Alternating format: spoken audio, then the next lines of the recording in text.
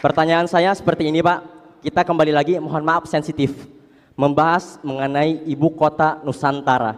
Ini yang ingin kami tanyakan Pak, seperti itu. Jangan menggunakan bahasa yang generatif, jangan menggunakan tata kata, karena beliau ini memang si ahli kata-kata kawan-kawan. Maka karena itu jangan gunakan bahasa yang jawaban setiap media sosial yang hari ini menawarkan untuk berbicara dengan Bapak mengenai IKN, itu selalu saja pasti jawaban Bapak bukan hanya IKN. Jangan IKN, tapi kota-kota kecil bisa menaik hingga menengah, menengah hingga besar.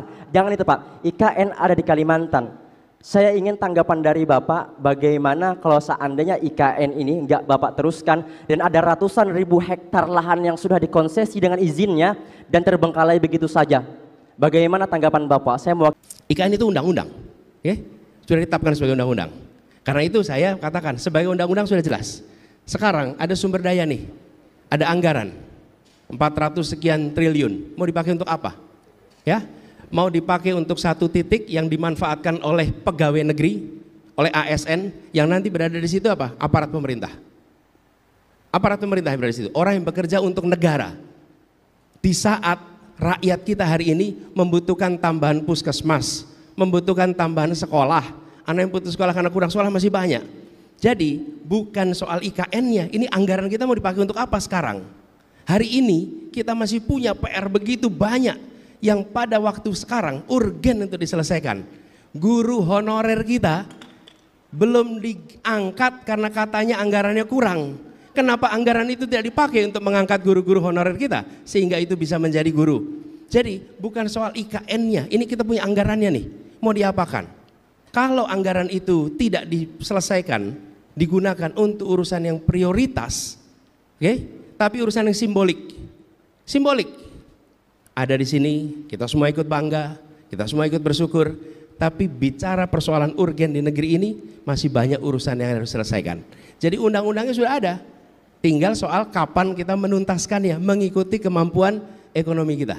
Dan itu yang saya maksud, ada urusan yang urgen. Bagaimana kita menjelaskan pada guru-guru yang tidak diangkat karena kita kekurangan anggaran, pada saat yang sama kita sedang membangun istana untuk dipakai seorang presiden. Gimana menjelaskannya itu? Sulit kita.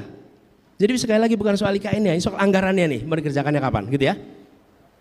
Lalu soal ketua umum partai. Bung Sunir, saya beberapa kali menyampaikan cara kami bertugas di Jakarta.